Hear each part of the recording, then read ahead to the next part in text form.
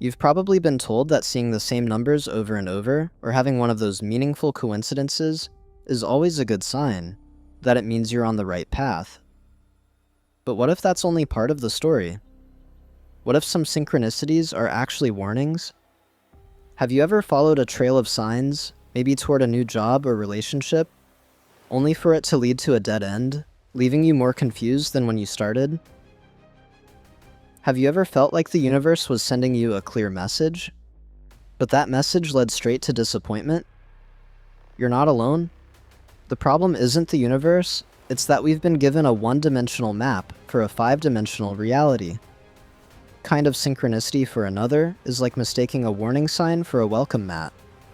It can send you down a path of frustration and self-doubt that was never meant for you. This isn't about debunking synchronicity. It's about finally learning how to decode it. In this video, we're going to break down the 5 distinct levels of synchronicity, from simple coincidence to undeniable destiny. Think of it as an interpretive model to help you finally understand the signs in your life with some real accuracy. By the end, you won't just see the signs, you'll understand their language, their source, and their purpose. This is the shift that takes you from being a passive observer to a conscious creator in your own life. First, let's get our foundation right. The term synchronicity was brought into the mainstream by the Swiss psychiatrist Carl Jung. While he started kicking the idea around in the 1920s and 30s, he presented it formally in 1952 in his monograph, Synchronicity and a Causal Connecting Principle. He defined it as a meaningful link between your inner world, your thoughts and feelings, and the outer world of events, where you can't find a direct cause and effect relationship. You know the feeling. You're thinking of an old friend you haven't talked to in years, and your phone buzzes with their name a second later. Logic calls that a coincidence, but the feeling it creates, that jolt of wonder and connection, that's the territory of synchronicity. It just hits different. But here's where things get messy. A lot of modern spirituality tends to throw every weird coincidence into one giant mystical basket labeled a sign from the universe. This is a huge and potentially dangerous oversimplification. Is that repeating number you see everywhere a message from a higher power? Or is it just a quirk of your own brain? Is that chance encounter a date with destiny? Or is it a projection of your own hopes and fears? This is a major pain point for so many people. The struggle to tell the difference between a genuine, external sign and a self-generated illusion. Science correctly points out that our brains are pattern recognition machines, and we're suckers for cognitive biases like confirmation bias, where we hunt for evidence that proves what we already want to believe.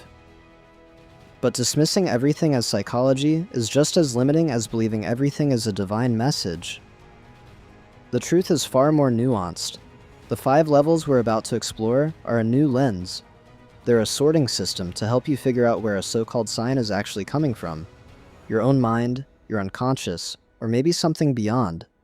This isn't about superstition, it's about discernment. Let's go deeper. Level 1.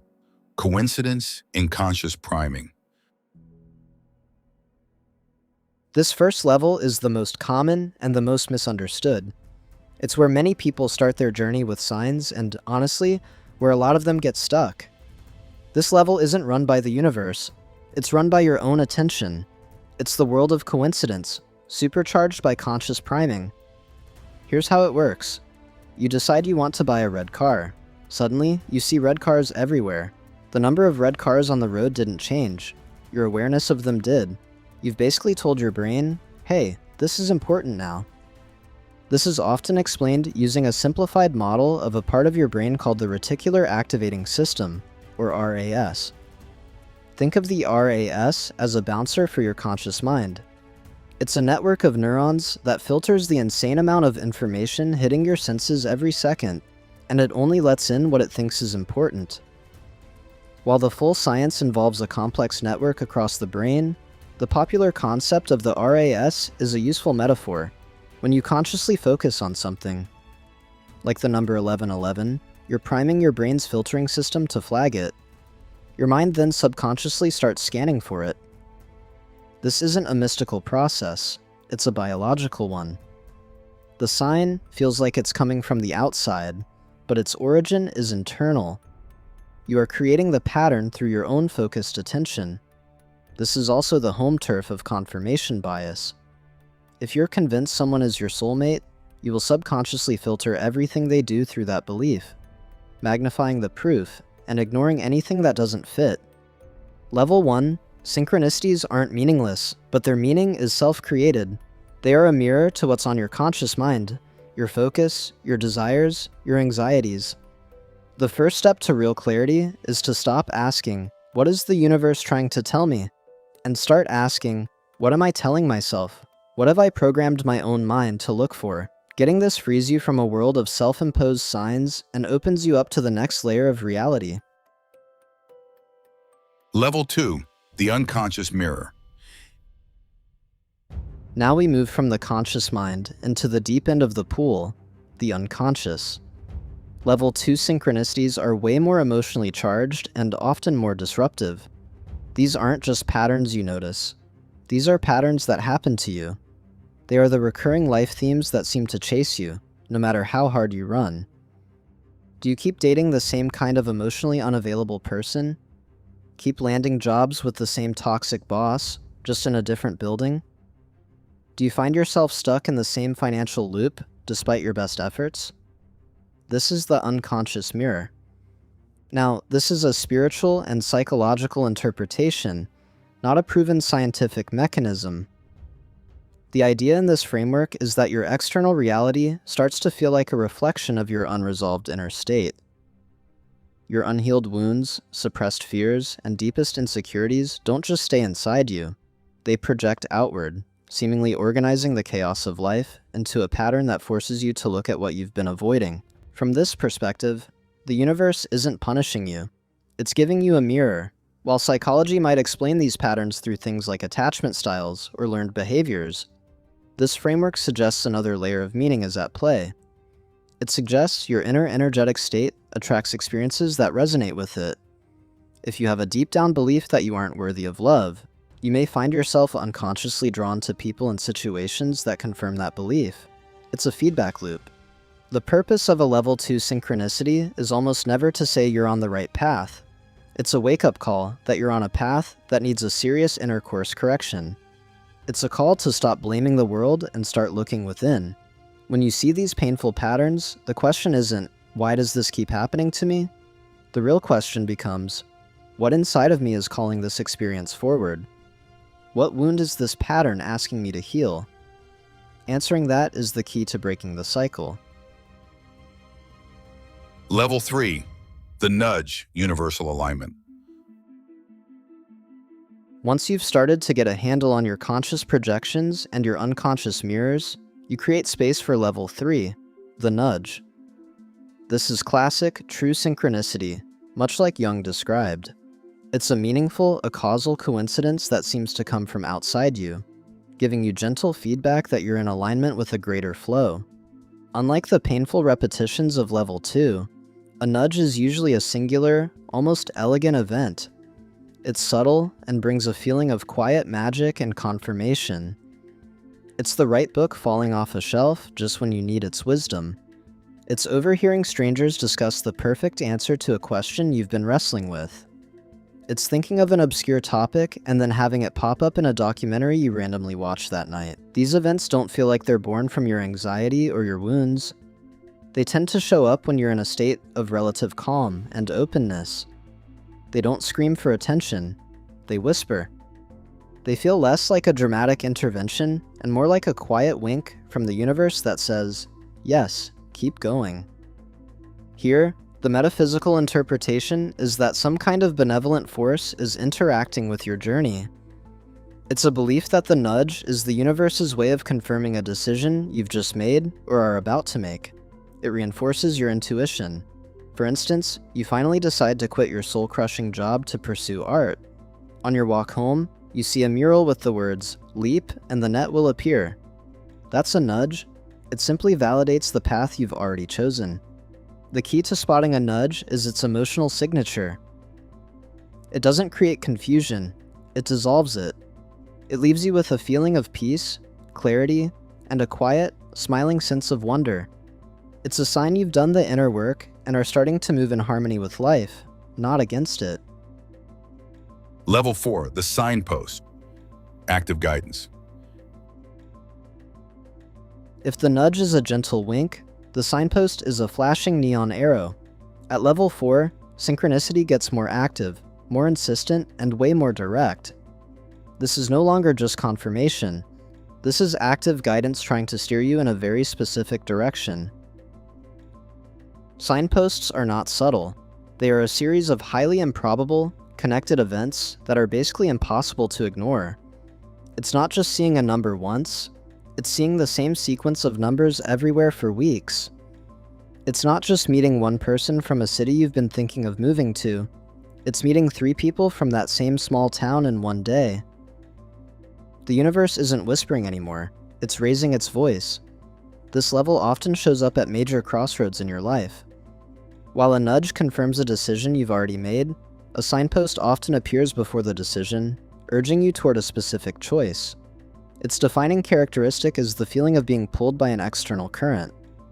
It can even feel a little unnerving, like your life is being orchestrated by an unseen hand. This is where the framework overlaps with metaphysical ideas like the law of attraction. It's a belief that the universe is an active intelligence that co-creates with you. Interpreting an event as a signpost requires courage because it often points you away from the safe, logical path toward one that demands a leap of faith. Acting on it feels like you're tapping into a powerful flow. Ignoring it can lead to a sense of stagnation, as if you've missed a crucial turn on your path. Level 5, Destiny, the unfolding path.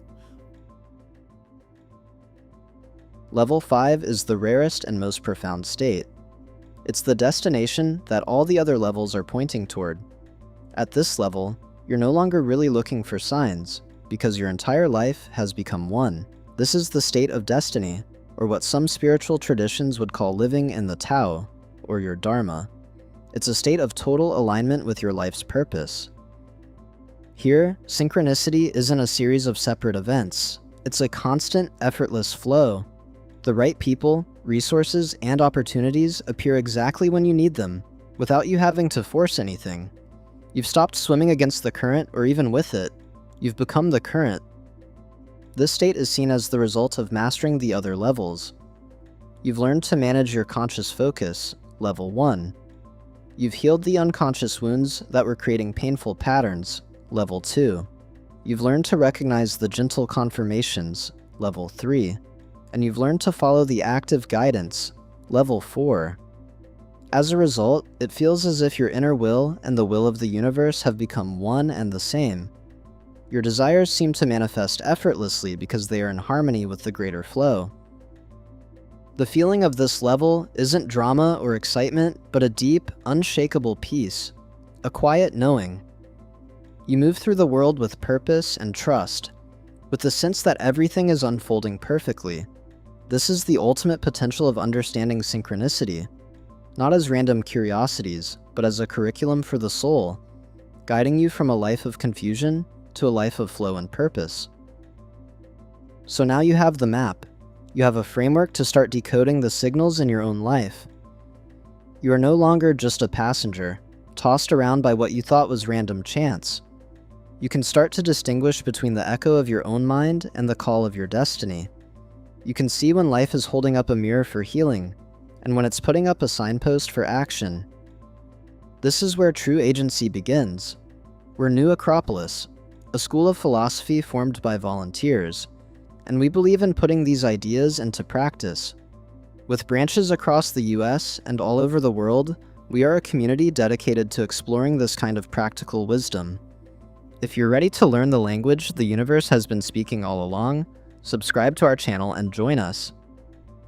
The journey doesn't end here, it's really just the beginning. We've journeyed through the 5 levels of synchronicity. We started with level 1, the coincidence we create with our own focus. We moved to level 2, the unconscious mirror, where life shows us what we need to heal. Then came level 3, the gentle nudge of alignment, telling us to keep going. We escalated to level 4, the the insistent signpost, guiding us at life's crossroads. And finally, we arrived at the ideal of level 5, the state of destiny, where life becomes an effortless flow. This framework isn't a set of rigid rules. It's a tool for discernment. It's a compass to help you navigate the mysterious and meaningful landscape of your life. The goal isn't to worship the signs or to dismiss them. The goal is to understand them. Because every coincidence, every pattern, every sign, whether it comes from deep within you or from the far reaches of the cosmos, is ultimately an invitation. An invitation to become more aware, to heal more deeply, and to align more fully with the incredible path that is waiting for you. The real skill isn't in chasing signs. The real skill is learning how to listen,